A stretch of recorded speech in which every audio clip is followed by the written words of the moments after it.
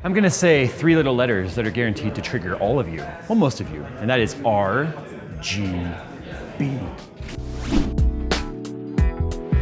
So this is a pretty typical RGB strip. You've got a teeny tiny little diode. LED stands for light emitting diode, and RGB stands for red, green, blue. And with those three colors, you can pretty much make any 18 blah, blah, blah million colors because, color palette. And I learned that in kindergarten art class. You take the tiny little RGB LED and you put it on this SMD, which is mounted to this strip.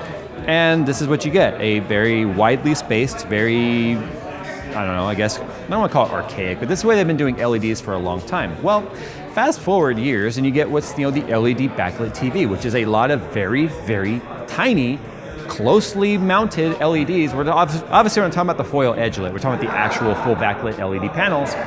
And they determined, hey, this is a very, I almost said fuel efficient. In a way, yes. This is a very energy efficient way of lighting the back of a screen.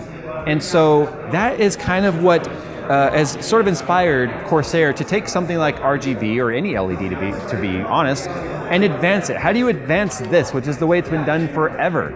Well, they're introducing Compellix, and this is their actual surface mounted LED that doesn't require an SMD to run, allowing them to really, really create a dense just cluster of LEDs that you can do a lot with. So this right here is 100 Compellix LEDs in the same space that you would basically fit 4 of the standard SMD-based LEDs. So what can you do with that? Well, you can put it in more places.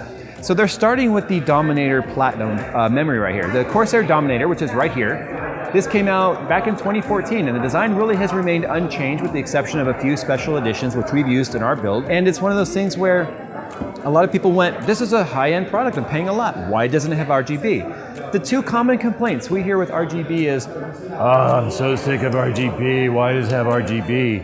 And then they go, fine, we'll put RGB on it. And it's like, why does it just have RGB? It should have RGB. Like, those are the two arguments. And so whatever side of the fence you're on, everything's gonna have RGB in the future, just deal with it. The nice thing is at least you have color options, you can turn it to anything you want. Like Phil, turn around right here. You got this white build. This isn't Compellix LED, but it's all white and uniform because the case has its own lighting, and then you've got the RGB dims, and it all matches. It looks great. Make it what you want. But when you take Compellix, it turns into something else. So what you see right here are 12 of the Compellix LEDs.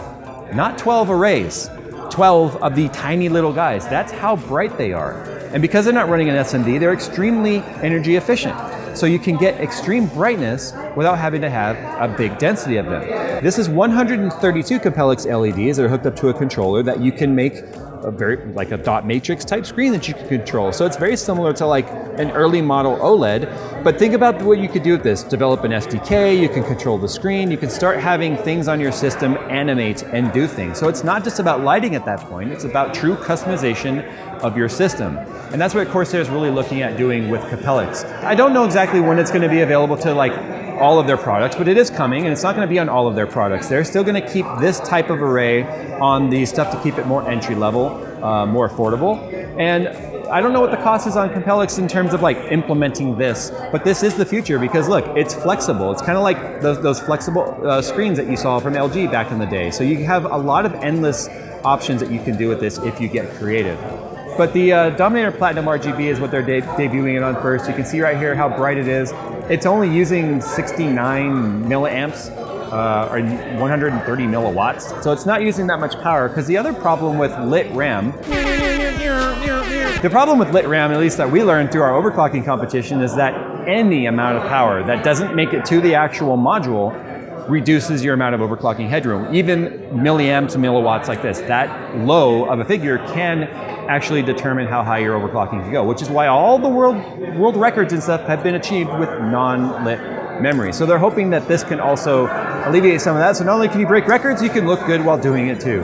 So I just felt like this was worth talking about because whether or not you hate RGB or you're a tech nerd like us and you get excited about things that change and evolve, this is probably going to be the future, and that one's now on the floor because I dropped it. So Compellix is coming. Take a look at that in 2019, obviously starting with the Dominator Platinum, but we're going to see it on more things. We're going to see it on cases, fans, coolers, you name it. And of course, it doesn't require any introduction, but it does, of course, tie into IQ so you can control it individually. It's it's pretty obvious that it's digitally addressable. All right, guys, thanks for watching this video here about Corsair Compellix. So Corsair sponsored our trip here to CES 2019, and of course brought to you by the Corsair One and Corsair One Pro. Check it out, links in the description below.